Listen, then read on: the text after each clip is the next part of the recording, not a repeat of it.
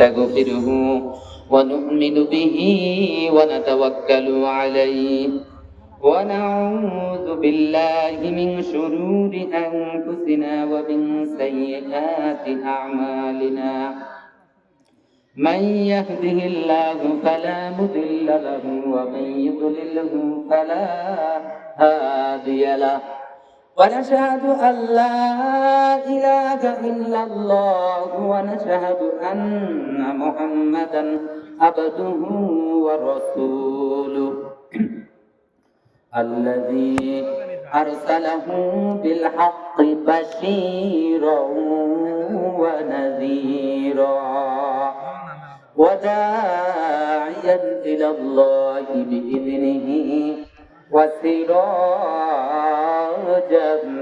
منيرا الله أكبر.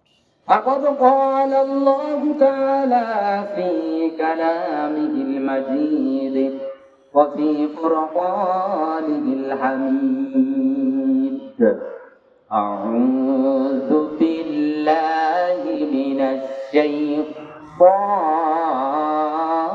الرجيم بسم الله الرحمن الرحيم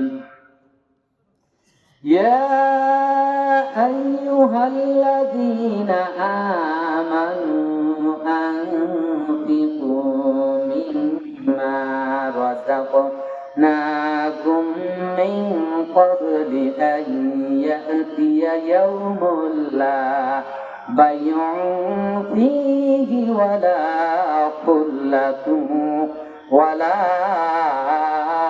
شفاعة والكافرون هم الظالمون.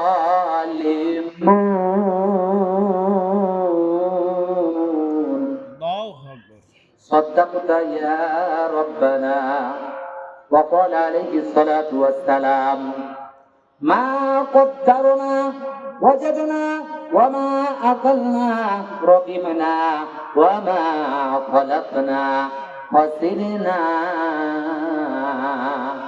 أمة مذنبة ورب غفور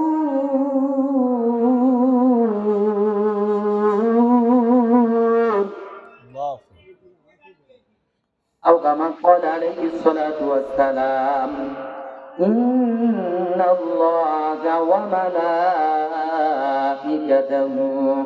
يصلون على النبي يا أيها الذين آمنوا صلوا عليه وسلموا تسليما اللهم صل سيدنا مولانا وعلى آله مولانا নবীজির মায়া ছেড়ে মানুষ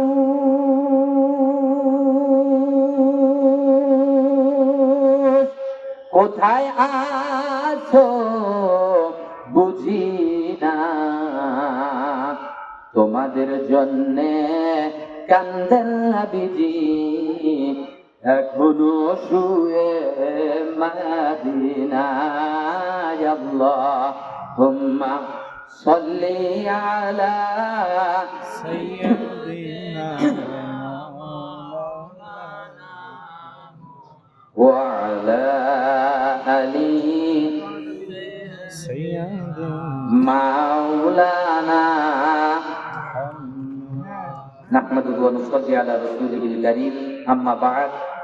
আমি আর বেশি লম্বা করলাম না, যেহেতু আপনারা একজন অপেক্ষাকৃত শ্রোতা, তাই আপনাদের সবাইকে নিয়ে একটু মহান রবের উপরে শুকরিয়া দান আদায় করব, যিনি আমাদেরকে দয়া করে মায়া করে এই পৃথিবী বিভিন্ন কাজে মানুষ এখনো ব্যস্ত আছে। এখনো মানুষ দুনিয়াবী কাজ কর্ম নিয়ে এই দুনিয়াতে নানান মানুষ নানান ভাবে ব্যস্ততার মধ্যে এই সময় অতিবাহিত হচ্ছে। আজকে এখন যেরকম এইখানে রাত, হয়তো অন্য কোনো দেশে এখন কেবল সূর্য উদয় হচ্ছে, তাই না? আল্লাহ পাক আমাদেরকে হাসপাতালের বেডে রাখেন নাই, অন্যান্য মানুষের মতো এখনো ল্যাপের তলে শোয়া রাখেন নাই। সবচেয়ে কি আল্লাহ পাক যার উপরে বেশি রহমতের দৃষ্টি দিয়ে তাকায়, আল্লাহ সুবহানাহু ওয়া তাআলা ওই বান্দাকে আল্লাহ তাআলা সূরাতুল বাকারার মধ্যে বলেন, ইল্লা বিমা শা, আমি যতক্ষণ ইচ্ছা করি না ততক্ষণ বান্দা আমার কোনো কিছু তার আয়ত্ত করা সম্ভব হয় না। এই জন্যে আপনাদের উপরে কতটুক আল্লাহ রহমত আর বরকত নাজিল করলে আপনাদের কপালের মধ্যে এই জালিসুল জালসা অর্থাৎ জান্নাতের বাগানের মধ্যে আসার মতো, বসার মতো এবং কোরআন শোনার মতো তৌফিক দান করেছেন, সেই মহান রবের উপরে আমরা জোরে সোরে শুকরিয়া আদায় করি, বলি আলহামদুলিল্লাহ। আলহামদুলিল্লাহ। শতকোটি দরুদ আর সালাম ওই মুক্তির দূত, যিনি জাহান্নামের এরকম সামনে, ওটাকে দরজাও বলা যায়, কিনারাও বলা যায়, বসে থাকবেন আর দেখবেন যে আমার গুনাহগার উম্মত কিভাবে তাদের ফয়সালা হয়েছে জাহান্নামে। তিনি এরকম হাত দিয়ে ধরে বলবে তার আমলনামা আবার মাপ দেবে। যেই নবী ফয়সালা হয়ে গেছে এমন কিছু পাপীদেরকে তিনি নিজে পাল্লার মধ্যে নিজের আঙ্গুলটা উঠায়া দিয়ে ওই জাহান্নামীকে জান্নাতি পাল্লা বাড়ি করায়া আবার ফিরে জান্নাতের দিকে মুখ করে দিবেন। আল্লাহ তাআলার ফেরেশতা এবং আল্লাহ তাআলা এইটাই তেনার বন্ধুর সেই ফয়সালা মেনেও দিবেন। এমন এক নবীর উপরে সেই মুক্তির দূত আমাদের নবী আকায়ে নামদার কায়নাতে হযরত মুহাম্মদ মুস্তাফা আহমদ মুস্তাফা হুজুর পাক সাল্লাল্লাহু আলাইহি ওয়াসাল্লামের উপরে দরুদ পেশ করি, বলি সাল্লাল্লাহু আলাইহি ওয়াসাল্লাম। দেখেন, আমরা এমন একটা গুণ থেকে জানতে এসেছি, যদি ছোট ছোট করে দু চারটা কথাও বলার তৌফিক দান করে তো আশা করা যায় আপনারা আজকে কোরআন থেকে কিছু আলো হয়তো আপনাদের কপালে আজকে আল্লাহ পাক দিতে পারে। আর আল্লাহ তাআলা যদি তৌফিক না দেন তো একটা শব্দ বলার মতো কোনো মানুষের হবে না, ওই মানুষটাকে তখনই এই দুনিয়া থেকে অন্য জগতে চলে যেতে হবে, তাই না? এই জন্যে আপনাদের কপালে যারাই এখানে আসছেন তারাই ওই ভাগ্যবান। কেমন ভাগ্যবান দেখেন, আল্লাহ তাআলা বলে, হাবিব আপনি জানায়া দেন, যেই বাংলা এক পা আমার জান্নাতের দিকে অগ্রসর হয়েছে, দ্বিতীয় পা তুলেছে কিন্তু মাটিতে এখনো পড়ে নাই। আল্লাহ পাক বলেন, হাবিব এই মাটিতে এরকম মিলানোর আগেই, আমার জমিনে মিলানোর আগেই আমি আল্লাহ পাক তার অন্তর দেখে জীবনের জিন্দেগীর সব গুনাহ খাতা মাফ করে দেই। জোরে জোরে বলেন সুবহানাল্লাহ। বান্দা যদি নেক উদ্দেশ্যে এই কোরআন শুনতে আসে, তো আমরা তো কোরআন শুনবো ঠিক আছে, কিন্তু এই কোরআনের প্রতি আমাদের বিশ্বাস আছে না নাই, আর কতটুকু বিশ্বাস করতে হবে, আর সেই বিশ্বাসটা কোথায় থেকে আমাদের আসবে, দু একটা কথা না বললে হয়তো আপনারা বুঝতে পারবেন না। আমি এখন এই মুহূর্তে পাবনার থেকে আসতাম, ওখানে জালসা করে আসছি, আবার ওইখান থেকে এই শীতের মধ্যে যে জোরে গাড়িটা টান দিছে, কিসের আপনার ওই সব বাতাস আমার গায়ে লাগছে, একটু হালকা শীত লাগতেছে আমার, কিন্তু তারপরেও কোরআনের আলো যেহেতু আছে, একটু ওখান থেকেই গরম নিয়ে আপনাদের সামনে কিছু কথাবার্তা আল্লাহ তাআলা যেন কোরআন তৌফিক দান করে দেন, বলেন আমিন। আসেন আমরা সেই কোরআন থেকে কিছু শোনার আল্লাহ পাকের কাছে ফরিয়াদ জানাই। আল্লাহ তাআলা বলেন, যালিকাল কিতাবু লা ريب فيه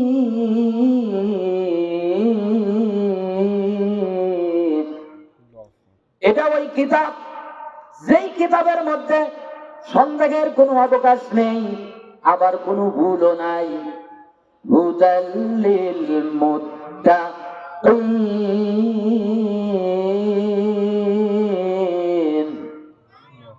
আল্লাহ রাব্বুল আলামিন বলেন, হাবিব আপনি জানাইয়া দেন, যারা এই কিতাবের প্রতি বিশ্বাস স্থাপন করবে, ঈমান আনবে, এই কিতাব তাদেরকে সরল সঠিক পথ দেখাবে। এই যে হুদা, এই হুদার নাম হইল পথ।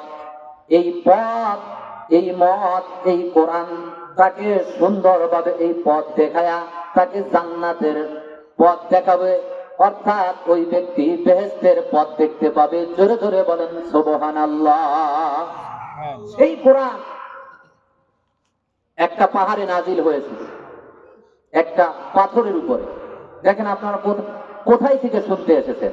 সেই কোরআন যেই পাথরের উপরে নাজিল হয়েছে, সেই পাথরটাকে আল্লাহ তাআলা এত দামি বানাইছেন, কিয়ামত পর্যন্ত পৃথিবীর সকল মানুষ যারাই ওখানে যাবে ওই পাথরটাকে দেখার জন্য অন্তর থেকে এরকম শ্রম দিয়ে যা দেখে আসবে। শুধু কি তাই, এটা কিয়ামত পর্যন্ত একটা পাথরের দাম হয়ে গেল, একটা কোরআনের স্পর্শ করার দাম।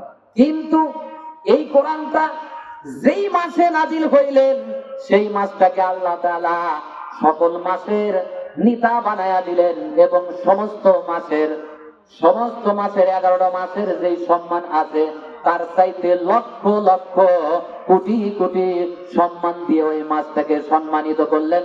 জোরে জোরে বলেন সুবহানাল্লাহ। এই মাস, এই রমজান মাসে নাজিল হয়েছে, এই কারণে এই মাসটা না এই এত দাম আল্লাহ তাআলা দিয়েছেন।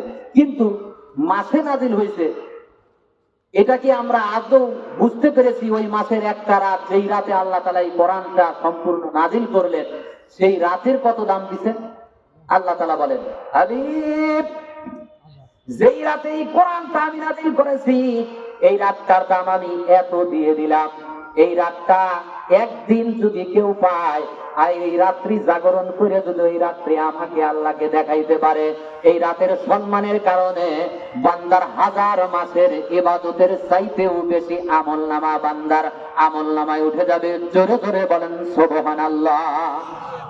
এই কোরআন এত দাম যে শুধু ওই রাত্রে নাজিল হয়েছে বলে ওই রাত্রিটা 1000 মাসের চাইতেও উত্তম বলে সম্মান দিয়ে আল্লাহ পাক খায়ের দিয়ে দিয়েছেন। জোরে জোরে বলেন সুবহানাল্লাহ। সেই কোরআন আজকে আমরা দেখেন ঘরের মধ্যে একটা রেহালের উপরে ওখানে মাহর বাসা করে ফেলেছে। ওই যে আপনার যে রুমালটা দিয়ে পেঁচাই রেখেছি, ওই রুমালটাও কখনো ধুই না, বছরে একদিনও ধুই না। আবার এই কোরআনটা 1 সপ্তাহ 2 সপ্তাহ মাসেও একদিন দেখি না। বছরেও এমন লোক আছে 20 বছরেও একদিন কোরআন শরীফ খুলে দেখে নাই। আছে না এরকম মুসলমান? এই মুসলমান আজকে আমরা সেই মুসলমান, যেই মুসলমান এই কোরআন থেকে শুধু একটু কোরআনের সাথে স্পর্শ করার কারণে এমন বড় বড় কাফেররা এত বড় নামি দামি হয়ে গেছে যে হযরত খালিদ বিন ওয়ালিদ নামে একজন সাহাবী, তিনি হুজুর সাল্লাল্লাহু আলাইহি ওয়াসাল্লাম বিরুদ্ধে শুধু হুজুরকে হত্যা করার জন্যই 15 থেকে 16টা জিহাদের ময়দানে এমন কোন উনি এই লড়াইতে এমন কোন লড়াই নাই যে তিনি জিতেন নাই। তিনার জীবনে যত কয়টা লড়াই করছেন তিনি জিতেছেন। কিন্তু সেই টাটকা কাফের, সেই টাটকা অমানুষগুলো, বেদুইনগুলো যখনই কোরআনের সাথে স্পর্শ করেছে, অর্থাৎ নবী করিম সাল্লাল্লাহু আলাইহি ওয়াসাল্লামের সাথে হাতের উপর হাত রেখেছে, এটা স্পর্শ করার কারণে এটা এত দামি হয়ে গেছে। হযরত খালিদ বিন ওয়ালিদ কে আল্লাহ তাআলা এই জমিনের উপরে একটা বাঘা পুরুষ নামে এই দুনিয়ার মধ্যে এত নামকরণ করেছেন যে হযরত খালিদ বিন ওয়ালিদ এত বড় নাম করেছেন যে তিনি পরবর্তী জীবনে আগেও যেরকম সর্দার ছিলেন, এই ইসলাম গ্রহণ করার পরেও তিনি সবার নেতা ছিলেন। এই জন্যে আমরা এই কোরআনটাকে চিনতে পারিনি, আমরা আসলে ওইভাবে বিশ্বাসও করতে পারিনি। এখন যদি আপনাদের সামনে বলি এটা কি, বলেন, এতে কোনো সন্দেহ আছে? আবার কোনো ভুল আছে? এটার উপর আমাদের যে ঈমান আছে, আপনাদের মুখ থেকে জবান নিলাম, খোদার কসম করে কইতেছি, আমাদের এখনো ওই পরিমাণ কোরআন শরীফের উপরে ঈমান আসে নাই, মানে বিশ্বাস আছে না। কারণ এই মোবাইলটা যেরকম আপনাদের সামনে ধরেছি, আপনারা যেরকম সাক্ষী দিলেন এটা মোবাইল, আপনাদেরকে যদি টুকরা টুকরা করা হয়, তারপরেও যদি বলা হয় এটা মোবাইল না কোরআন শরীফ, এটা কি কোনোদিন আদৌ সম্ভব হবে আপনারা বলবেন এটা কোরআন শরীফ? না, কারণ এটা আপনারা এই সম্পর্কে জানেন, যার কারণে টুকরা টুকরা করে ফেললেও এটাকে মোবাইল মোবাইলই বলবেন, এটাকে কখনো কোরআন শরীফ বলবেন না। খোদার কসম করে বলি, আল্লাহ তাআলা বলেন এটাই এমন একটা কোরআন যেই কোরআনের মধ্যে সন্দেহ নাই, আবার ভুলও নাই, ভুলের কোনো অবকাশও নাই। সেই কোরআনটা আমরা ওইভাবে বিশ্বাস করি নাই, কারণ আমরা কোরআন সম্পর্কে জানি না, কোরআন সম্পর্কে আমরা অনুবাদন করি না, এ সম্পর্কে আমাদের কোনো প্রকার নলেজও চেষ্টা করি না, পড়ি না। যার কারণে আল্লাহ তাআলা আমাদের বিশ্বাসটাও ওইটুকুই রেখেছে, যেই বিশ্বাস দিয়ে আমাদের কোনো লাভ হবে না। কারণ এই মোবাইল সম্পর্কে আমাদের জানা আছে, আর কোরআন সম্পর্কে জানা নাই, যে কারণে যে পরিমাণ বিশ্বাস করার কথা ছিল সেই পরিমাণ বিশ্বাস আমরা কোরআনের প্রতি করতে পারি নাই। কারণ কোরআন তো আমরা এমনি 100তে 100 বিশ্বাস করি, এটা ঠিক আছে, এটা হলো মুখের, কেন এটা হলো মুখের, কিন্তু আদৌ কি আমরা অন্তর দিয়ে সেটাকে বিশ্বাস করি, কাজে পরিণত করি? এই জন্য আল্লাহ তাআলা কোরআন শরীফে অহরহ বলছে ইয়া আইয়ুহাল্লাযীনা আমানু, ইয়া আইয়ুহাল্লাযীনা আমানু, ইয়া আইয়ুহান নাস, এভাবে বান্দাদেরকে ডাক দিতে, বারবার ডাক দিচ্ছেন কেন? বিশ্বাসী বান্দাদেরকেই আবার নতুন করে ঈমান আনার কথা বলছে। বিশ্বাসী বান্দাদেরকেই দেখেন, আমি যে আয়াতটা আপনাদের সামনে তেলাওয়াত করছি, দয়া করে আমার সামনে কেউ বাদাম টাদাম খাবেন না, কারণ এটা কথা বলার জন্য, বক্তার জন্য ত্রুটি হয়। আপনাদের কাছে ক্ষমা চেয়ে নেই, আমার কথা বলার সময় আমি যদি 2 ঘন্টাও কোনো জায়গায় আলোচনা করি, আমি বাইরের কোনো গল্প বলার সময় আমার থাকে না। এটা আল্লাহ তাআলার দয়া। এই যে শুরু করছি, এভাবে যদি আপনার 1 থেকে 1.5 ঘন্টা কথা বলি, শুধু কথাই হবে, আল্লাহ তাআলার কোরআনই হবে, বাইরে যাওয়ার সময় থাকবে না। তো সেই কোরআন শুনতে এসে দয়া করে আপনারা এই কোরআনের দিকে তাকায়া থাকেন। আল্লাহ তাআলা বলতেছেন, ইত্তাবিউ মান লা ইয়াসআলুকুম আজরান ওয়া হুম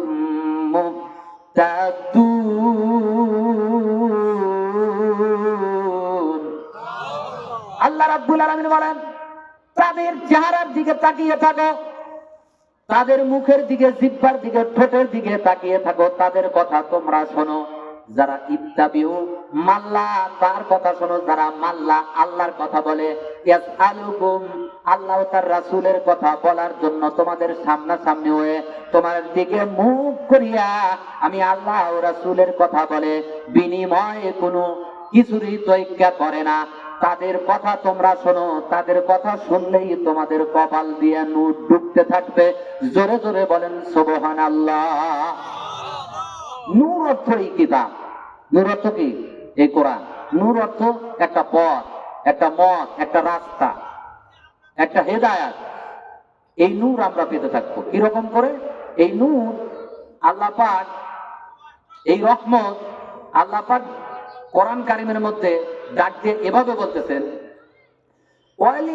ওয়ালিউতিম্মা নি'মাতি আলাইকুম ওয়া লাআল্লাকুম তাহতাদুন। আমি তোমাদের উপরে, তোমরা যদি আমাকে বিশ্বাস করো আর আমাকে যদি ভয় করো, তাহলে আমি তোমাদের উপরে আমার নিয়ামত পূর্ণ করে দেব, যাতে করে তোমরা হেদায়েত প্রাপ্ত হয়ে যাও। জোরে জোরে বলেন সুবহানাল্লাহ। এই জন্য এটার উপরে বিশ্বাস করতে হবে, ঈমান আনতে হবে।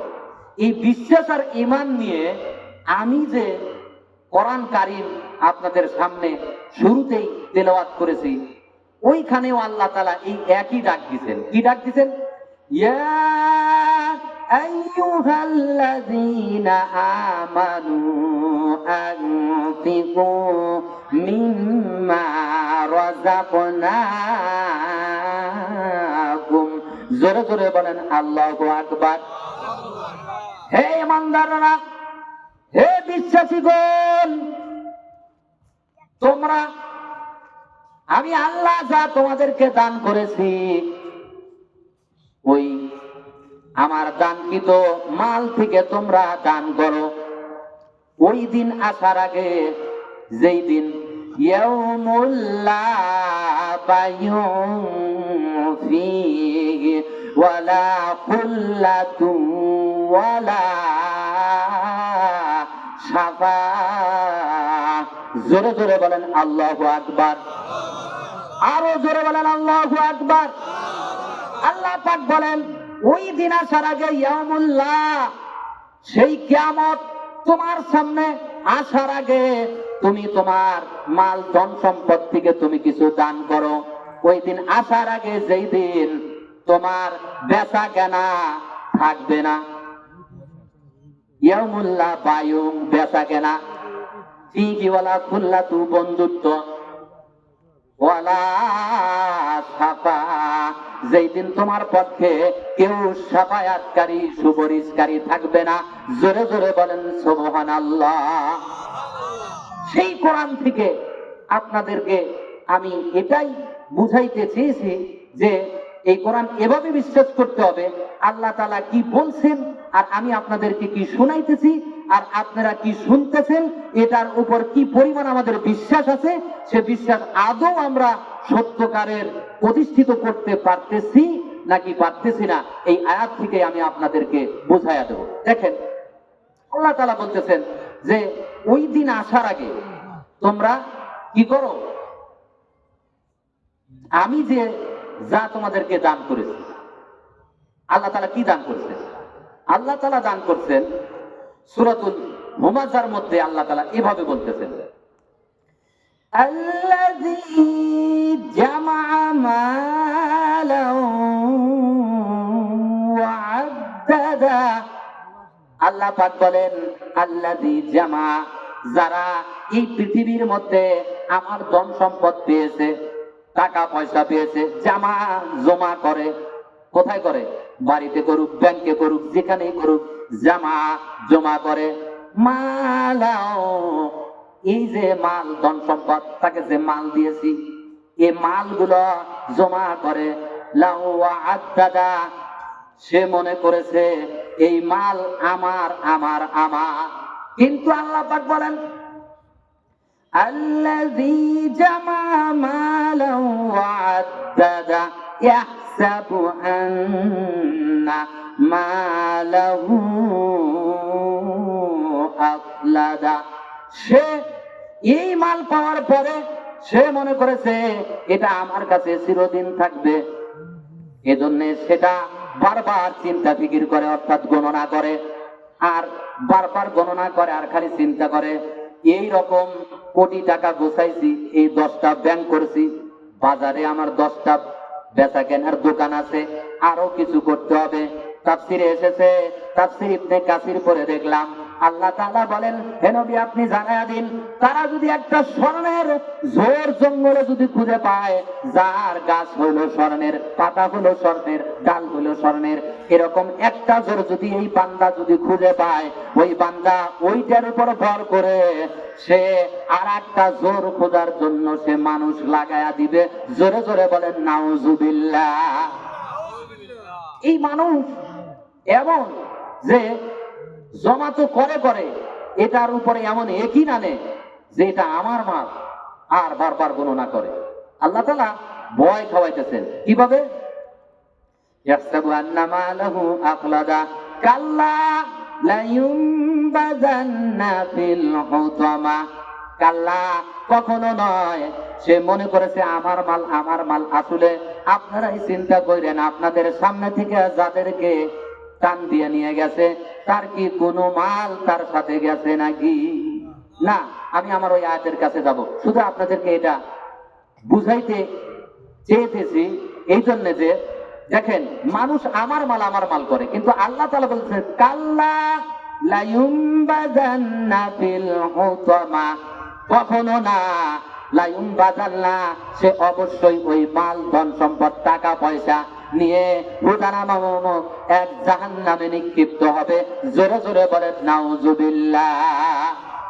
আমরা যে মাল টাকা পয়সা অর্থ সম্পদ এই যে গোছাই, এটা আমরা আমাদের নিজেদের জন্য নিজেরাই মনে করি যে এটা আমাদের, কিন্তু আল্লাহ তাআলা এই বান্দা এই ভুল করে কবরে ধরা খাবে, কবরে আসবে, এই ভাব যেন, মনোভাব যেন আগে থেকেই ধ্বংস করে পবিত্র হতে পারে, তাই আল্লাহ তাআলা ডাক দিতেছেন এক জায়গা, ইয়া আইয়ুহান নাসু ইত্তাকু রাব্বাকুম ওয়াখশাউ ইয়াওমান লা ইয়াজজি ওয়ালিদুন আন ওয়ালাদিহি মাউলুদুন হুয়া জাযিন আন ওয়ালিদিহি শাইআ ইন্না ওয়া'দাল্লাহি হাক্কা। জোরে জোরে বলেন আল্লাহু আকবার। আল্লাহ রাব্বুল আলামিন বলেন ইয়া আইয়ুহান নাসু ইত্তাকু রাব্বাকুম, আল্লাহ পাক বলেন হে দুনিয়ার মানুষ, তোমরা তোমাদের রবকে ভয় করো, আর সেই দিনকে ভয় করো যেই দিন তোমার পক্ষে তোমার আপন পিতা কোনো সুপারিশ করতে পারবে না, পক্ষে থাকতে পারবে না, তোমার সামনে তোমার পিতার সামনেই তোমাকে সবল দিয়ে নিয়ে যাবে। আবার সন্তানও পিতার জন্য কোনো উপকারে আসবে না, সন্তানের সামনেই পিতাকে টান দিয়ে নিয়ে যাবে। এটা হলো মরার আগে, মৃত্যু আসার আগে। এই জন্য আমি যে আয়াতটা আপনাদের সামনে পেশ করেছি, এই আয়াতে আল্লাহ পাক মৃত্যুর আগের কথা বলেছেন। কি বলেছেন? ইয়া আইয়ুহাল্লাযীনা আমানু আনফিকু মিম্মা রাযাকনাকুম, হে ঈমানদারীরা, বিশ্বাসীরা, আমি তোমাদেরকে যে নিয়ামত দান করেছি, আমি যে রিজিক দান করেছি, ওহা থেকে তোমরা কিছু দান করো। ওই দিন আসার আগে, যেই দিন ইয়াউমুল্লাহ, তোমাদের জন্য বেচা কেনা একেবারে চিরতরে বন্ধ হয়ে যাবে। জোরে জোরে বলেন সুবহানাল্লাহ। কিছু কি আপনাদের অনুধাবন হয়েছে? কিছু কি বুঝতে পেরেছেন আপনারা আল্লাহ তাআলা কি বলতেছেন আর আমি কি বুঝাইতে চাইতেছি? তার মানে হলো আল্লাহ পাক এটাই বুঝাইতে চেয়েছে যে সর্বপ্রথম কিয়ামত হলো ওই যে আমরা আগে ছোটবেলায় থেকেই তো আগে জেনে আসি, এখনো মানুষ বলে রোজ কিয়ামত, রোজ কিয়ামত। রোজ কিয়ামত কাকে বলে? রোজ কিয়ামত তাকেই বলে যার সামনে আজরাইল আলাইহিস সালাম এসে দাঁড়ায় যাবে আর কানে কানে বলবে, বাদশাকেও বলবে তোমার আর সময় নাই, আর একজন ফকির কেউ বলবে আমার নাম মালাকুল মউত। এই মানুষগুলা হাঁ হুতাচা করে চিৎকার করে কান্না করতে থাকবে আর খালি বলবে আমাকে অল্প কিছু দিন বা সময় দেওয়া যায় নাকি? কিন্তু আল্লাহ তাআলা বলেন এইভাবে কাকিত মিনত করার আগে তোমাদেরকে আমি কোরআন থেকে জানিয়ে দিয়েছি, তোমরা আমার কোরআন যদি বিশ্বাস করো তাহলে আমি যে রিজিক দান করেছি ওহা থেকে তোমরা দান করো। ওই দিন আসার আগে, যেই দিন যেই সময় তোমার সামনে মালাকুত এসেই যাবে আর তোমার বেচা কেনা বন্ধ হয়ে যাবে। তোমার গ্রামের যত বন্ধু বান্ধব আছে এরা যদি সব মিলে আর পৃথিবীর সব মানুষ মিলে যদি তোমাকে রাখার চেষ্টা করে, বলেন তো আজরাইলের সামনে পারবে কিনা? শুধু তাই নয়, এখানে বন্ধু বান্ধবের কথা বলেই শেষ করে নাই। আল্লাহ পাক বলেন সাফা, সুপরিষ্কারী। আল্লাহ তাআলা বলেন এই পৃথিবীর মধ্যে মানুষ একজন ব্যক্তিকেই সব চাইতে বেশি সুপরিষ্কারী মনে করে। নবী তো চলেই গেছেন, বহু নবী চলে গেছেন, এখন তো নবীরা নাই। আবার সাহাবীরাও তো চলে গেছেন, তিনারাও তো চলে গেছেন, তিনারা নাই। এখন সবচাইতে বেশি মানুষ ভর করে আল্লাহর ওলিদেরকে, আল্লাহওয়ালা মানুষদেরকে, যারা বয়াত হয়, যারা পীর মনে করে, বুজুর্গ মনে করে, যারা তাদের শিক্ষক মনে করে।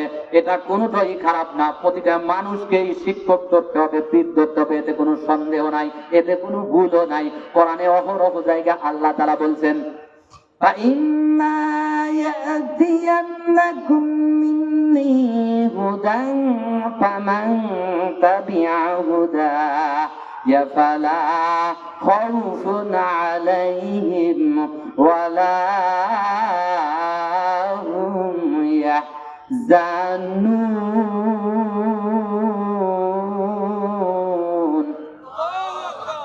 আরো জোরে বলেন আল্লাহু আকবার। আল্লাহ তাআলা বলেন, আমার পক্ষ থেকে তোমাদের কাছে হেদায়েত আসবে, অর্থাৎ হুদা আসবে, হুদা পথ নির্দেশনা আসবে। যারা আমার পথের দিশারি হবে, যারা আমার পথকে এরকম সরল সঠিক পথ হিসেবে তার পা ফেলেবে, এই দেহটা ফালাবে, আল্লাহ তাআলা বলেন ওয়ালা খাউফুন, তারা হচ্ছে আমার বন্ধু। আর যারা আমার বন্ধু হয় তাদেরকে আল্লাহ তাআলা বলতেছেন তাদের কোনো ভয় নাই এবং তারা কোনো চিন্তিত হবে না। জোরে জোরে বলেন সুবহানাল্লাহ। আল্লাহ পাক হাদিস শরীফে এরকম এসেছে, আল কাসিবু হাবিবুল্লাহ, যারা কাজ করে খায়, আল কাসিবু হাবিবুল্লাহ, হাবিব নবীজিকে ডাক দিয়েছেন হাবিব। আল্লাহ নবীজির ভালোবাসায় প্রেমে পড়ে আমার বান্দাকে নবীর নামে ডাক দেব। কথাটা বুঝেন? আমার বান্দাকে নবীর নামে ডাক দেব। যারা আল্লাহ রাব্বুল আলামিনের এই কোরআনকে বিশ্বাস করবে, এই কোরআনের উপরে ইয়াকিন আনবে, দিল লাগাবে, আল্লাহ তাআলা বলেন তাদেরকে আমার হাবিবের সম্মানের সম্মানিত দিয়ে আমি তাদেরকে ডাক দিয়েছি হাবিবুল্লাহ। তারা হইল আমি আল্লাহর বন্ধু।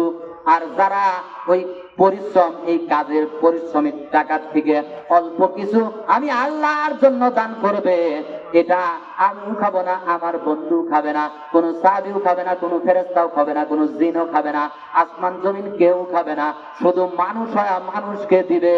আমি আল্লাহ পাক তাকে বন্ধু হিসেবে ডাক দেব। জোরে জোরে বলেন সুবহানাল্লাহ।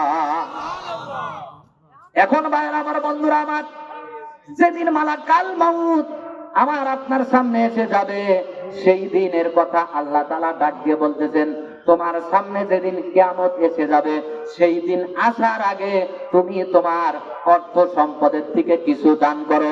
যদি তোমরা দান করতে পারো তাহলে বড়ই ভালো হবে, আর যদি দান না করো, আর যদি কোনো সুপারিশকারী, কোনো সুপারিশ ব্যক্তির আশা করো, তাহলে আমি কিন্তু তোমাদেরকে শক্ত আযাবে গ্রেফতার করব। এর সুসংবাদ আমি তোমাদেরকে দিচ্ছি। আল্লাহ তাআলা বলেন, এই পৃথিবীর মধ্যে মানুষ আল্লাহর চাইতেও কিছু মানুষকে সবচাইতে বেশি ভালোবাসে, আর ওই ভালোবাসার মানুষের উপরে একটা সুপারিশ পাবে এই আশা করে। এই জন্য আল্লাহ তাআলা বললেন যে তোমাদের সেই দিন কোনো সুপারিশও থাকবে না, কোনো সুপারিশ করার মতো ব্যক্তি থাকবে না। তার মানে হলো এই পৃথিবীর যত আমলদারি মানুষ আছে আর যত বেআমলদারি মানুষ আছে, জিন আছে, ইনসান আছে, অর্থাৎ পৃথিবী আসমান জমিনে যত জিন আছে, সমস্ত কিছু যদি এক জায়গা করে, যদি আমরা সমস্ত মানুষ যদি এক জায়গা করি, আবার আল্লাহ তাআলা বলেন ফেরেশতাদেরকেও তোমরা নাও, এক জায়গা করো, সমস্ত শক্তি নিয়ে আমার মালাকুল মাউতের সামনে এসে তোমরা তার পক্ষে সুপারিশ করো যে এই ব্যক্তিকে 1 সপ্তাহ সময় দেওয়া লাগবে। বলেন তো এটা কি সম্ভব নাকি? পৃথিবীর আসমান জমিনে যত শক্তি আছে, আল্লাহ তাআলা বলেন তোমরা জিনও নাও, মানুষও এক জায়গা হও, কীট পতঙ্গ যা আছে সব শক্তি নিয়ে তারপরে বলো আমার কাছে, বলো যে ফেরেশতাকে চাই। ফেরেশতাকে চাইলে আল্লাহ বলেন ফেরেশতাকেও না, একটা কথার বিপরীত তোমরা করতে পারবে না, সমস্ত শক্তি দিয়েও বিপরীত তোমরা করতে পারবে না। আল্লাহ তাআলা এটাই বুঝাইলেন যে সেদিন তোমাদের পক্ষে কোনো সুপারিশ কাজে লাগবে না। কিভাবে কাজে লাগবে না? আল্লাহ তাআলা পরের আয়াতে এই কথাই শিখাইতেছেন এবং এই কথাই সার্টিফিকেট দিতেছেন। কি বলতেছেন? ইয়া বানি ইসরাঈল আযকুরু নি'মাতিয়াল্লাতী আন'আমতু আলাইকুম ওয়া আন্নী ফাদ্দালতুকুম আলাল আলামিন। আল্লাহ রাব্বুল আলামিন বলেন, হে বনি ইসরাইলের সন্তানেরা, মানুষেরা, আমি তোমাদেরকে যে নিয়ামত দান করেছি, তা তোমরা স্মরণ করো। আমি কি তোমাদেরকে এই বিশ্ব জগতের উপরে মর্যাদা দান করিনি? আমি তো তোমাদেরকে এই বিশ্ব জগতের উপরে মর্যাদা দান করেছি। বিশ্ব কাকে বলে? বিশ্বটা হলো আসমান জমিন, এরকম কোটি কোটি পৃথিবী, এরকম কোটি কোটি জমিন, এরকম কোটি কোটি আসমান, আসমানের উপরে ভাসমান আছে। এই সমস্ত বিশ্বর উপরে হুজুর সাল্লাল্লাহু আলাইহি ওয়াসাল্লামকে নেতা বানাইছে।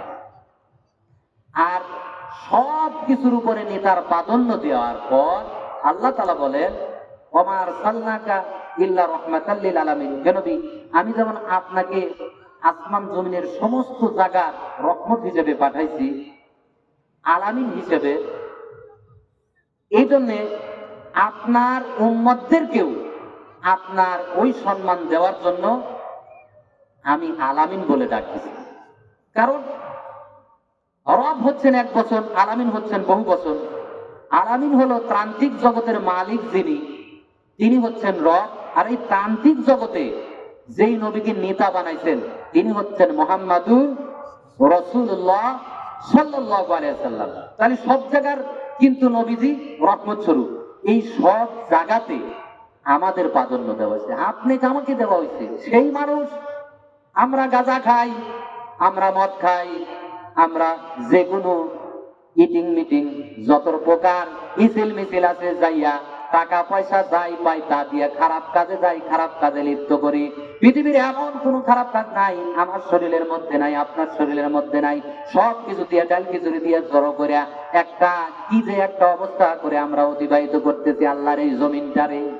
অথচ আল্লাহ পাক কোরআন কারিমের মধ্যে বললেন, কোরআন এই পৃথিবী, এই যে দেহটা এটা পুরোটাই কোরআন শরীফ।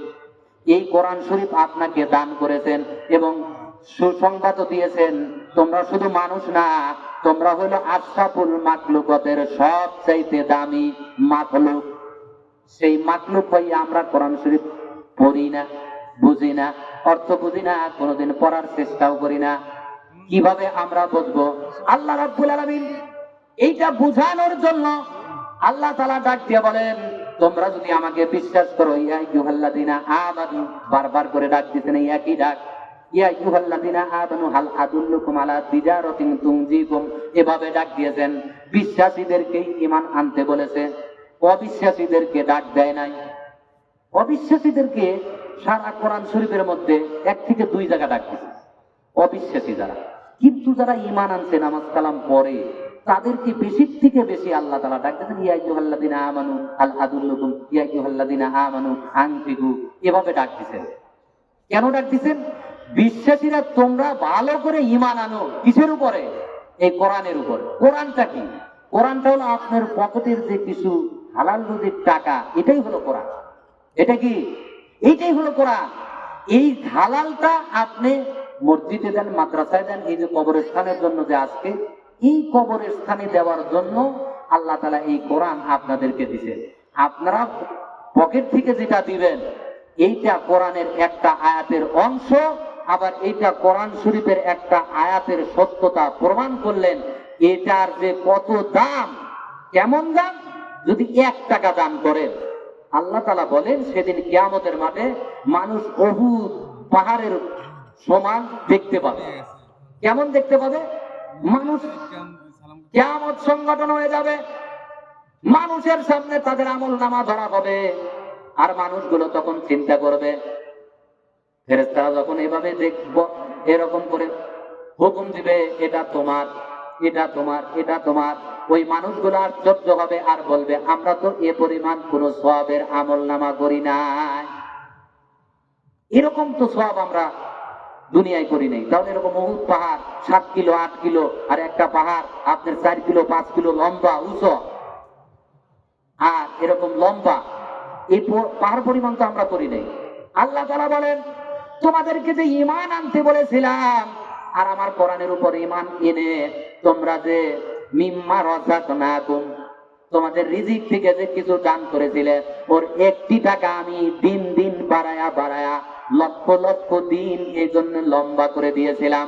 আর ওটাকে বাড়াইতে বাড়াইতে উহুদ পাহাড় নয়, এরকম শত শত পাহাড় পরিমাণ বাড়ায়া তোমার আমল নামায় আমি ভরপুর করে দিয়েছি, যাতে করে তুমি যেই পরিমাণ গুনাহ করেছো ওই গুনাহকে এই আমল দিয়ে ঢেকে দিয়ে যেন আমি আল্লাহর জান্নাতে যেতে পারো। জোরে জোরে বলেন সুবহানাল্লাহ। দেখেন, এই আমল নামা বাড়ি করার জন্য আল্লাহ তাআলা কিন্তু আমাকে আপনাকে ডাক দিয়েছেন। কি সুন্দর করে বহু আয়াত আছে, যা বলতে বলতে আপনাদের মাথা আর কান লেগে যাবে, কিন্তু আমার বলা শেষ হবে। ওই কোরআন থেকে যারা একটা লোকমা আপনাদের পকেট থেকে, আপনাদের জমি থেকে, আপনাদের এরকম রিজিক থেকে যতটুকু আপনারা এই জায়গাতে দান করতে পারবেন, আজকে এই কোরআন সাক্ষী দিবে যে আপনি কোরআনের একটা আয়াতের সত্যতা আপনি এখন এই মুহূর্তে ওই যে ঈমান আনতে বলছে আপনারা কোরআনকে বিশ্বাস করলেন। কিন্তু আপনারা যদি এখন এই কবরস্থানের জন্য আপনার মাল যদি আল্লাযী জমা করেন, মালা ওয়া আদাদা, এটা আরো বাড়াইতে থাকেন, তাহলে আল্লাহ তাআলা কিন্তু আপনার আমার জন্য বিশাল বড় সুসংবাদ দিছে। কি সুসংবাদ দিছে? দেখেন, আল্লাহ তাআলা ডাক দিয়ে বলতেছেন, والذين يكنزون الذهب والفضة ولا ينفقونها في سبيل الله فبشرهم بعذاب أليم। যারা স্বর্ণরূপ ধন সম্পদ বাক্সজাত করে, মানে গোছায়, কিন্তু তার আহার যাকাত আদায় করে না, আল্লাহ তাআলা তিনার হাবিব বন্ধুকে ডাক দিয়ে বলেন, হাবিব আপনি তাদেরকে জানায়া দিন কিয়ামতের দিন ওই ধন সম্পদ তাদেরকে একত্রিত করার জন্য, শুধু যাকাত বা দান খয়রাত না করার জন্য, তাদেরকে আপনি কিয়ামতের ভয়াবহতার সুসংবাদ দিন। এই যে এই জায়গাটা সুসংবাদের কথা এসেছে। আচ্ছা, আযাবের কথা কি সুসংবাদ হয়? কিন্তু না, এটা তীব্রতা বোঝানোর জন্য। দেখেন, যদি কোনো বাচ্চাকে আমরা যদি এরকম শাসন করতে নেই, আজকে তোকে এমন পিঠটা দেবো, এর তীব্রতা বুঝতে পারবে বা এর স্বাদ বুঝতে পারবে। বাচ্চা ছেলেদেরকে যদি আপনি এরকম কিছু দিয়ে বাড়ি দেন আর যদি এরকম বলেন এখন স্বাদ কি বোঝো, এটা কি আসলে ওই স্বাদ বোঝানোর জন্য? না, এর তীব্রতা বোঝানোর জন্য। এই জন্য আল্লাহ তাআলা বলছেন বাবা শিরকুম, এটা সুসংবাদ দিছে যে তোমরা সুসংবাদ গ্রহণ করো। কিসের সুসংবাদ? সুসংবাদ হলো তোমরা যে মালটা তোমাদের ভিতর থেকে বের করো না, সেই মালকে জমানোর জন্য তোমরা সুসংবাদ গ্রহণ করো। ফাবাশশিরহুম বিআযাবিন আলীম, শক্ত আযাবে আমি তোমাদেরকে গ্রেফতার করব। আবার ওই কথাই নিয়ে এসেছে আল্লাহ তাআলা, ওই যে ইয়াউমুল লা বাইউন ফীহি। আল্লাহ তাআলা এরপরে এই আয়াতের পরবর্তীতে আল্লাহ তাআলা বলতেছেন, ইয়াউমুল লা বাইউন ফীহি ওয়ালা কুল্লাতু। আল্লাহ তাআলা বলেন যে বেচা কেনার আগে তোমাকে বেচা কেনা, তোমার ব্যবসা বাণিজ্য শেষ হওয়ার আগে তোমাকে দান করতে হবে। আর আল্লাহ তাআলা বলেন ওই আয়াতের পরিপ্রেক্ষিতে বলেন, ইয়াউমা ইউহমা আলাইহা ফি নারি জাহান্নামা ফাতুকওয়া বিহা জিবাহুম। আল্লাহ রাব্বুল আলামিন বলেন কিয়ামতের দিন ওই সমস্ত টাকা পয়সা ধন সম্পদ ফি নারি জাহান্নামা, ওই যে নার অর্থ আগুনের একটা গর্ত, এই গর্তের মধ্যে ঢুকাইয়া দিবে, ওটা লোহাতে পরিণত করবে। আল্লাহ তাআলা বলেন হাবিব আপনি জানায়া দেন ওই লোহাটা গরম করে তাদেরকে মুখে, পিঠে, পাঁজরে, পিঠে, পুরো শরীরে ওর দাগ বসায়া দেওয়া হবে আর বলা হবে এইগুলিকেই তোমরা নিজেদের জন্য বাক্সজাত করিয়াছিলে। এখন আমরা যে সম্পদ আমার বলি, এই সমস্ত সম্পদ আল্লাহ তাআলা এই পরিমাণ আপনাদেরকে ভয়ঙ্কর ভাবে বুঝাইছেন। এখন আপনারা বলেন কোন আয়াতের উপরে, কোন আয়াতকে আপনি অবিশ্বাস করবেন, ছেড়ে দিবেন, আর কোন আয়াতের উপরে আপনি বিশ্বাস করবেন, ছাড়তে পারবেন না। এই সমস্ত মিলে আল্লাহ তাআলা ডাক দিয়েছেন ইয়া আইয়ুহাল্লাযীনা আমানু, হে বিশ্বাসীরা, তোমরা আমি আল্লাহর কাছে দান করো ওই দিন আসার আগে যেই দিন তোমাদের জন্য ব্যবসা বাণিজ্য বন্ধ হয়। ভাইয়েরা আমার, বন্ধুরা আমার, এই হাদিসটি হযরতে আব্দুল্লাহ রাদিয়াল্লাহু তাআলা আনহু বর্ণনা করেন। একবার হযরতে হাসান, হযরতে হুসাইন রাদিয়াল্লাহু তাআলা আনহুর ভীষণ জ্বর, জ্বরের তীব্রতা কেমরেই অস্থিরতা বাড়তে শুরু করলো। এমতো অবস্থায় হযরতে আলী রাদিয়াল্লাহু তাআলা আনহু, হযরতে মা ফাতেমা রাদিয়াল্লাহু তাআলা আনহা দেখে আশ্চর্য হতভম্ব হয়ে আল্লাহ পাকের কাছে ফরিয়াদ করলেন, হে আল্লাহ, আপনি যদি দয়া করে আমার কলিজার টুকরো হাসান হুসাইনকে আপনি যদি এই রোগ থেকে আরোগ্য লাভ করান, আপনি যদি দয়া করে তাদেরকে ক্ষমা করে দেন, তাহলে আমরা আপনার শুকরিয়া স্বরূপ উভয় মিলে সবাই মিলে 3টি রোজা রাখবো, এক একজন একটি করে 3টি রোজা রাখবো, এই বলে মান্যত করলেন। এই মান্যত করার পরে দেখেন কিভাবে দান করতে হয়। এই মান্যত করার পরে পানি খেয়ে পরের দিন রোজা শুরু করলেন। হযরত আলী রাদিয়াল্লাহু তাআলা আনহুকে ডাক দিয়ে বলেন, যাও তুমি এই এলাকার পাশের এলাকার সবচাইতে বড় দরিদ্র ব্যক্তি সামাউন ইহুদি, তুমি তার বাড়িতে গিয়ে পারিশ্রমিক হিসেবে কিছু কাজ নিয়ে এসো আর কিছু খাবারের ব্যবস্থা করে নিয়ে আসো। হযরত আলী রাদিয়াল্লাহু তাআলা আনহু সামাউন ইহুদির বাড়িতে গেলেন এবং ব্যক্ত করলেন যে আমাকে মুহাম্মদুর রাসূলুল্লাহ সাল্লাল্লাহু আলাইহি ওয়াসাল্লামের বেটি হযরতে ফাতেমা রাদিয়াল্লাহু তাআলা আনহা পাঠাইয়েছেন আপনার কাছে এই বলিয়া যে আপনি কিছু রশি অথবা আপনার সুতা বানানোর জন্য কিছু চুল দেন। আপনারা চুল বুঝবেন, চুল অর্থ আরেকটা, কিছু পশম দেন। এই পশম দেন, এর বিনিময় আপনাকে মুহাম্মদের বিটি হযরতে ফাতেমা রাদিয়াল্লাহু তাআলা আনহা আপনাকে রশি অথবা সুতা বানায়া দিবে। তার পারিশ্রমিক হিসাবে আপনি কিছু আমাদেরকে খাবারের জন্য জব দিয়ে দেন। হুবহু সামাউন ইহুদি তাই করলো। 10.5 কেজি জব দিল। কয় কেজি? 10.5 কেজি জব দিয়ে দিলেন। রোজা অবস্থায় ওই জবটা নিয়ে আসলেন। সারাদিন স্বামী স্ত্রী মিলে ওটা দিয়ে সুতা বানাইতে শুরু করলেন। দিন শেষে ওই জব পিছিয়ে 3.5 কেজি জব পিছিয়ে আটা বানাইলেন। এই আটা দিয়ে 5টা রুটি বানাইলেন। কয়টা রুটি? 5টা রুটি। কিতাব প্রমাণ করে, কোরআন প্রমাণ করে, এভাবে প্রমাণ করেন। যখন এরকম মাগরিবের আজান হয়ে গেছে, রুটি বানানো শেষ, হুজুর সাল্লাল্লাহু আলাইহি ওয়াসাল্লামের পিছনে হযরত আলী রাদিয়াল্লাহু তাআলা আনহু নামাজ শেষ করে ঘরের মধ্যে পৌঁছালেন। ঘরের মধ্যে আসার পরে দস্তরখানা বিছিয়ে কেবলই খানা সামনে নিয়ে এরকম রুটি হাতে, কিতাব এরকম প্রমাণ করেন, কোরআন প্রমাণ করে একটি টুকরা থেকে, একটি রুটি থেকে কেবলই একটু টান দিয়ে 2 টুকরা করেছে। এমন সময় একজন মিসকিন ব্যক্তি এসে কান্নার সুরে ডাক দিয়ে বলতেছেন, ও মুহাম্মদ সাল্লাল্লাহু আলাইহি ওয়াসাল্লামের ঘর আলাগন, আমি এমন অভাব অনটনের মধ্যে পড়েছি, আমার খাবারের কোনো ব্যবস্থা নেই, আমার স্ত্রীর সন্তান নিয়ে আমি খুব অভাবের মধ্যে পড়েছি।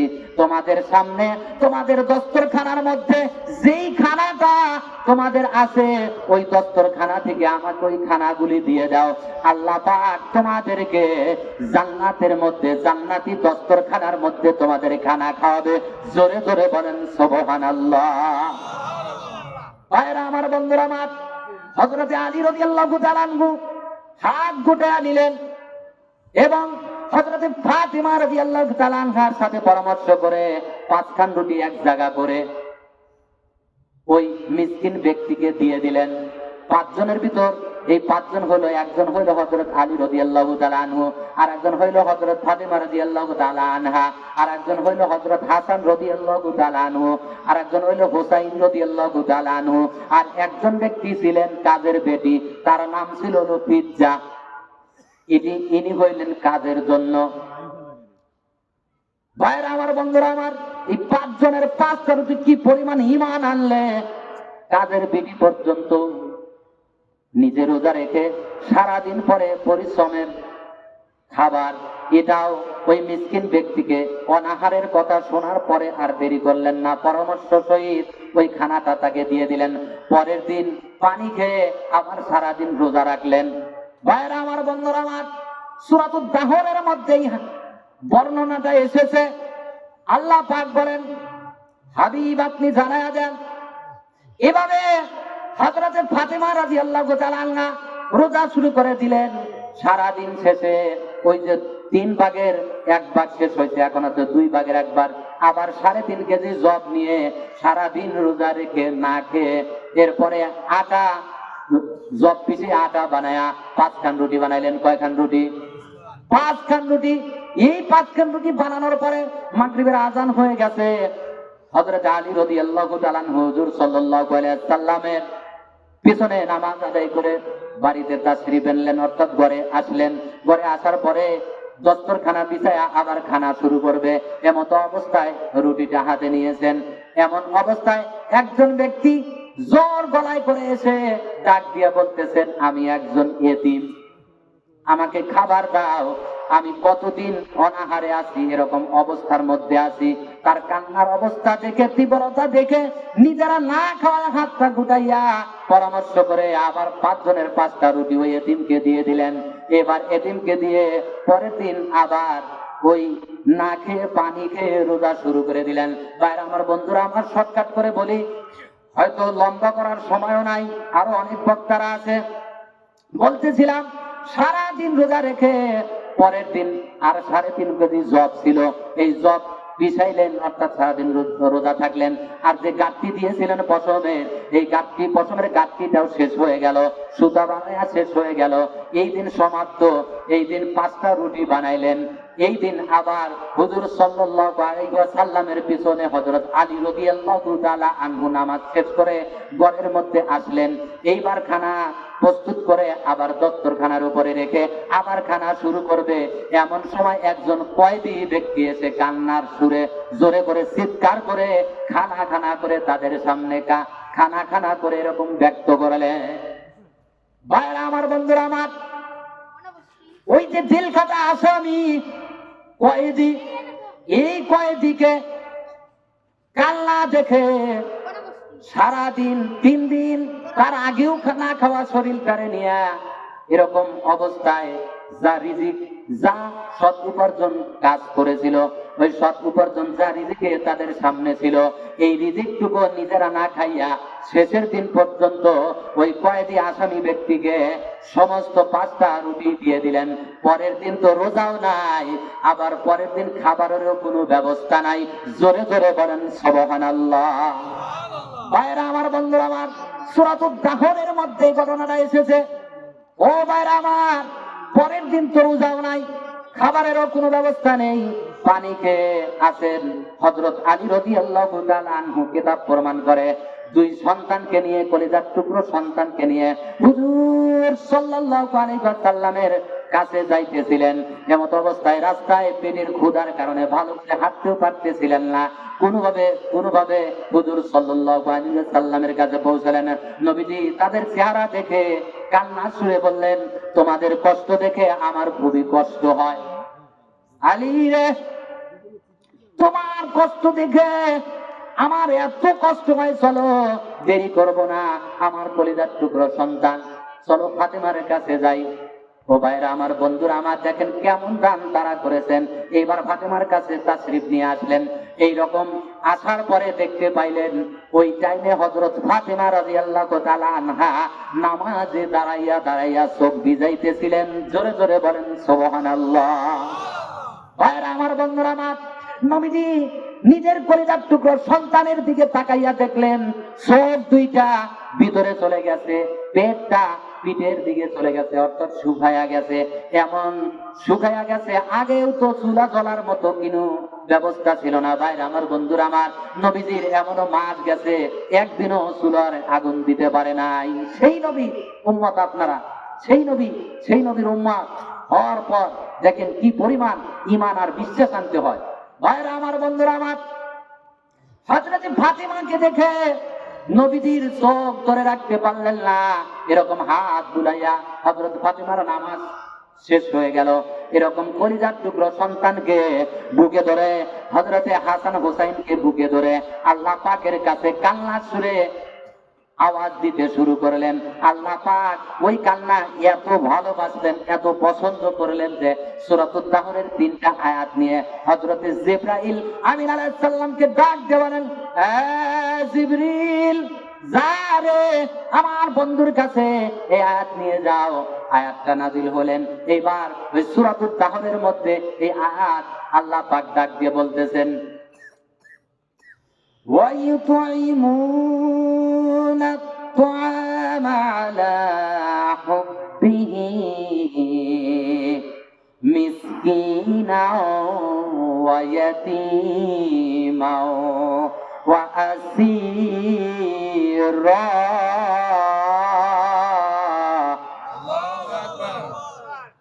إِنَّمَا نُطْعِمُكُمْ لِوَجْهِ اللَّهِ لَا نُرِيدُ مِنكُمْ جَزَاءً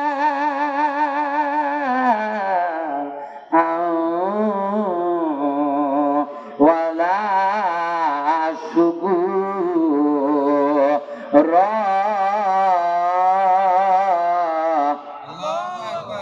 আল্লাহ রাব্বুল আলামিন বলেন, সৎ কর্মশীলগণ হলো তারা যারা আমি আল্লাহ যে যা দান করেছি তা থেকে নিজের মান্যতকে পুরো করে এবং তারা ওই দিনকে ভয় করে যেই দিনের অনিষ্ট অনেক বিস্তৃত, যেই দিনের ধরা অনেক লম্বা ধরা, যেই দিনের দিন একদিন হবে 50,000 বছরের সমান। ভাইরা আমার, তারা ওই দিনকে এত ভয় করে। তারা কেমন ঈমানওয়ালা ছিলেন, তারা ওই দিনকে এত ভয় করে যে তাদের সামনে যখন একজন সওয়ালকারী আসে, ওই যে আমি বলেছি মিসকিন, প্রথমে এসেছিল মিসকিন, আল্লাহ তাআলা এই আয়াতে ওইভাবেই নাজিল করেছেন মিসকিনা, ওই মিসকিনকে তাদের খাদ্য দিয়ে দিলেন, ইয়াতীমা, ইয়াতীমকেও খাদ্য দিয়ে দিলেন, ওয়া আসীরা, এবং জেলখাটা আসামি তাকে বলে কয়েদি, এই কয়েদিদেরকে তাদের খাবার দিয়ে দিলেন। তারা বলে আল্লাহর মহব্বতে, আল্লাহর সন্তুষ্টির জন্য, আল্লাহর মহব্বতের জন্য আমরা তাদেরকে খাদ্য দান করি।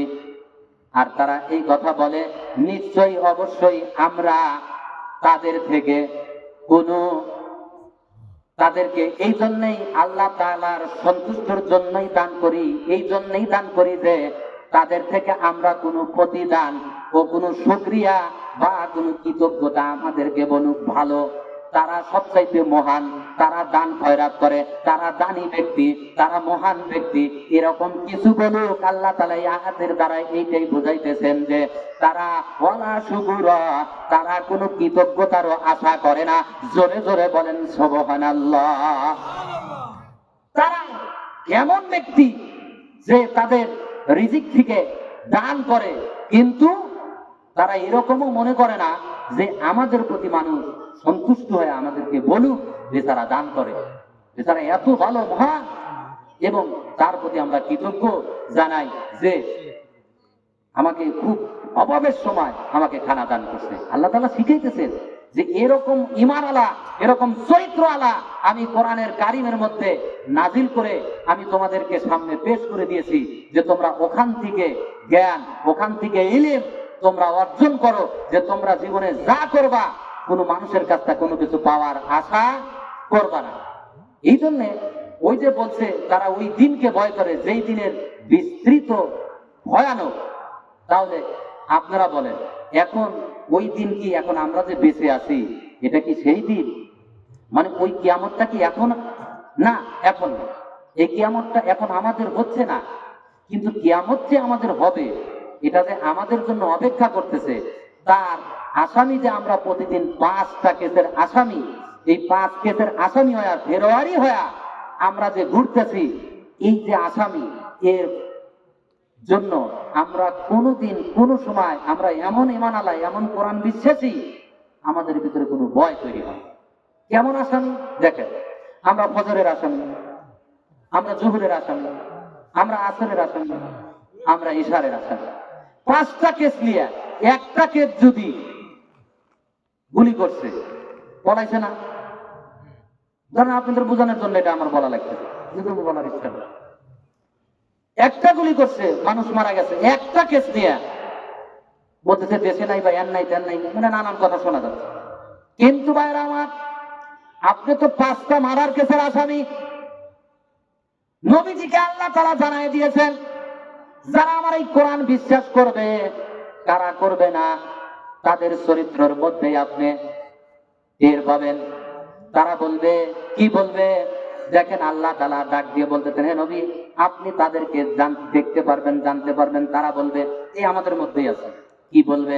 কোরআন কারীমের মধ্যে আল্লাহ তাআলা ডাক দিয়ে বলতেছেন, ওয়া মিনাল নাসি মান ইয়াত্তাখিযু ওয়া মিনাল নাসি মান ইয়াকুলু আমান্না বিল্লাহি ওয়া বিল ইয়াউমিল আখির। আল্লাহ রাব্বুল আলামিন বলেন, নবীদের কাছে কিছু মানুষ এরকম সাহাবী ঈমানওয়ালা, তারা দাবি করে, ওয়ামিনান নাসি মান ইয়াকুলু আমান্না বিল্লাহ, হে নবী, আমরা তো আল্লাহর উপরে বিশ্বাস করেছি, আবার আপনাকেও বিশ্বাস করি, আবার আখিরাতের প্রতি আমরা বিশ্বাস করেছি।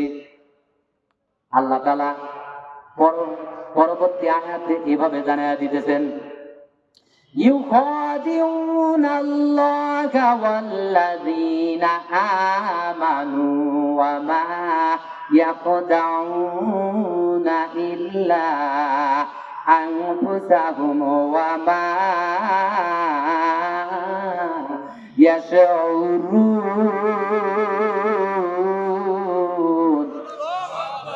লোকদের থেকে, এই দেখেন আমাদের মধ্যে থেকেই আমরা কিন্তু দাবি করি আমরা ঈমান এনেছি। ঈমান কয়েকটা প্রকার, ঈমানের মধ্যে কয়েকটা প্রকার। বিশ্বাসের মধ্যে 1 নম্বর বিশ্বাস হলো আল্লাহ পাকের উপরে এনেছি, নবীদের উপরেও এনেছি, আবার এই কিতাবের উপরে এনেছি। ওই টাইমে উতবা সাহেবা ওরাও বলেছিল, আব্দুল্লাহ বিন উবাই নবীজির সাহাবী, কিন্তু কেমন ঈমানদার দেখেন, তাদের সামনে এই আয়াতটা নাযিল হয়েছিল। ভাইরা আমার, বন্ধুরা আমার, তারাও ঈমানদার ছিল এবং তারাও আল্লাহ রাসূলকে সাক্ষী দিল, ওয়ামিনান নাসি মান ইয়াকুলু আমান্না বিল্লাহ, আমরা আল্লাহর উপর ঈমান এনেছি, আমরা ঈমানদার। এই কিতাবের কথাই, এই কোরআনের কথাই তারা ঈমানদার বলে এরকম ঘোষণা করে দিতেছে। কিন্তু আল্লাহ তাআলা নবীকে জিবরাইল আলাইহিস সালামের মাধ্যমে জানায়া দিতেছেন, হে নবী, তারা যদি বিশ্বাস করে, সত্যিকারের বিশ্বাসী হয়, তাহলে কোরআন শরীফ বিশ্বাস করা লাগবে। কেমন ভাবে বিশ্বাস করা লাগবে? আল্লাহ তাআলা বলতেছেন, ইউখাদিউনাল্লাহা ওয়াল্লাযীনা আমানু, সত্যিকারের ওরা কিন্তু আল্লাহ ও তার রাসূলকে, আল্লাহ ও তার ঈমানদারদেরকে ধোঁকা দিচ্ছে। প্রকৃতপক্ষে তারা আল্লাহ ও তার রাসূলকে ধোঁকা দিচ্ছে এই কথায়, মানে তারা প্রকৃত ঈমানদার না, প্রকৃতপক্ষে তারা নিজেরাই ধোঁকা খাচ্ছে। এখন এই আয়াতের পরিপ্রেক্ষিতে আমি আপনাদেরকে বলি, আমি যে কোরআন থেকে, যে আয়াত থেকে আপনাদেরকে বিশ্বাস করাইতে চাচ্ছি, আল্লাহ তাআলা যেভাবে বিশ্বাস করাইতে চাচ্ছেন ওভাবে তো আমি পারবো না। নবীজি যেভাবে বলছে ওভাবে পারবো না, সাহাবী যেভাবে বলছে ওভাবে পারবো না, তাবি যেভাবে বলছে ওভাবে পারবে না। মোটামুটি ভাবে আমি অশিক্ষিত মানুষ হিসেবে, অল্প একটু জ্ঞান হিসেবে এখান থেকে আপনাদেরকে এতটুকু বোঝানো সক্ষম যে দেখেন, আমরা কে ঈমানদারের দাবিদারীরা বলেন? কে আমরা কোরআন শরীফ বিশ্বাস করি না? কে আমরা আল্লাহকে বিশ্বাস করি না? কে আমরা রাসূলকে বিশ্বাস করি না? কিন্তু আল্লাহ তাআলা তো বলছেন, ইউখাদিউনাল্লাহ, ওই ব্যক্তিরা আল্লাহকে বিশ্বাস করে না, ওরা আল্লাহকে ধোঁকা দেয়। কারা ধোঁকা দেয়? ওরা মুমিনদেরকে ধোঁকা দেয়। মুমিন কারা? এখন নবী, সাহাবী, তাবি এদের কথা বাদ দেন। এখন বর্তমানের মুমিন যারা, যারা 5 ওয়াক্ত নামাজ আদায় করে, ইমামতি করে, মুয়াজ্জিনি করে, এরা হলো মুমিন। এরা কি? মুমিন। মুমিন হইতে অনেক শর্ত আছে, তার ভিতর 1 নাম্বার শর্ত হলো তার নামাজ লাগবে। কিন্তু নামাজের আগে তো বিশ্বাস লাগবে। ইয়া আইয়ুহাল্লাযীনা আমানু, হে বিশ্বাসীগণ, তা আপনি যদি বিশ্বাস করতে চান, বিশ্বাসের জায়গায় আসতে চান, বিশ্বাস আসার পরে হলো আপনার উপরে ফরজ হবে হলো নামাজ। বিশ্বাস আসার আগে আপনারা নামাজ ফরজ হবে না। তাহলে বিশ্বাস যদি আমরা করতে চাই, তাহলে আমাদেরকে একটা বিশাল বড় গাইড দিচ্ছেন, কোরআন দিচ্ছেন, এরকম একটা বই দিচ্ছেন। এই বই থেকে আমরা কেমনে বিশ্বাসী ইমানদার হতে হবে, আমরা কেমন ইমানদারওয়ালা মানুষ হতে হবে, এটা তো সব কমপ্লিট করে দিছে। কিন্তু আমরা ওই বিশ্বাসী, দেখেন কেমন ওই রকম ওই সময়ের যে বাটপাররা ছিলেন, চিটাররা ছিল, ওই চিটারদের মতো আমরা একটা চিটার। কেমন চিটার? আমরা 5 ওয়াক্ত নামাজে ইমামের সহিত কি কেউ পড়ি? এমন ব্যক্তি আছে এই জায়গা তুলতে পারবেন যে আমার নামাজ এমন নামাজ পড়ি যেই নামাজে রুকুতে, সেজদাতে, বসাতে, ওঠাতে, সালামে আমি কিছু অনুধাবন অবলোকন করতে পারি? কেউ বলতে পারবেন? একটু একটু আমি নিজে চেষ্টা করি। আমি নিজে চেষ্টা করতে করতে করতে করতে আল্লাহ তাআলা এই পর্যন্ত নাই পৌঁছাইছে ধরেন। কিন্তু আমার এই চেষ্টার আগেই যদি কোনো রকম বাজে বাহুল্য কোনো চরিত্র নিয়ে আমি যদি আজরাইলের সামনাসামনি হয়ে যাই, তাহলে তো আমার লাইফ শেষ। কথা বুঝতে পেরেছেন? এই জন্য আমাদেরকে সেই ঈমান আনতে হলে ফি কুলুবিহিম মারাদুন ফাযাদাহুমুল্লাহু মারাদা। এই শুধু দাবিদার হলে হবে না, আমাদেরকে টাকা দিয়ে, সম্পদ দিয়ে মৃত্যুর আগেই আল্লাহ পাককে রাজি খুশি করাইতে হবে। জোরে জোরে বলেন সুবহানাল্লাহ। আমি আপনাদের সামনে ওই রকম সময়ও নিয়ে আসতে পারি নাই, ওভাবে ব্যক্তও করতে পারি নাই। আমার ত্রুটি বিত্রুটি হলে আল্লাহ তাআলা যেন ক্ষমা করে দেয়, আপনারাও আমাকে ক্ষমা করে দিয়ে, যদি ভুল ভবিষ্যৎ আবারও কখনো কোনোদিন বলার সুযোগ আল্লাহ তাআলা করে দেয়, আর আপনারা যদি এভাবে চান, তাহলে সেই সময় আপনাদের সামনে আমি লম্বা একটা সময় নিয়ে কথা বলতে পারবো। আপনাদের কাছে আমি ক্ষমা চেয়ে এখন দ্বিতীয় বক্তা এসে গেছে। লিল্লাহি তাকবীর, নারায়ে তাকবীর। দ্বিতীয় বক্তার আগমন। আর বেশি লম্বা করলাম না, আমি এখানেই শেষ করলাম। আমার জন্য আপনারা দোয়া করবেন। আমি এখান থেকে আপনাদের কলব সম্পর্কে আর চরিত্র সম্পর্কে আর নামাজের কোন নামাজে জান্নাতে যায় আর কোন নামাজি জাহান্নামে যায় একটু সময় পেলে বলার চেষ্টা করতেন। আর এই দানের মধ্যে থেকেই দান করলে ওই মানুষটা যে জান্নাতে যাবে, দান ছাড়া মানুষের জান্নাত, কারণ দান হলো ইসলামের খুঁটি। আপনি খুঁটি ছাড়া যেরকম ঘর থাকবে না, দান ছাড়া আপনি জান্নাতেও যেতে পারবেন। শেষ কথা, আমাকে ক্ষমা করবেন। আসসালামু আলাইকুম ওয়া রাহমাতুল্লাহি ওয়া বারাকাতুহু।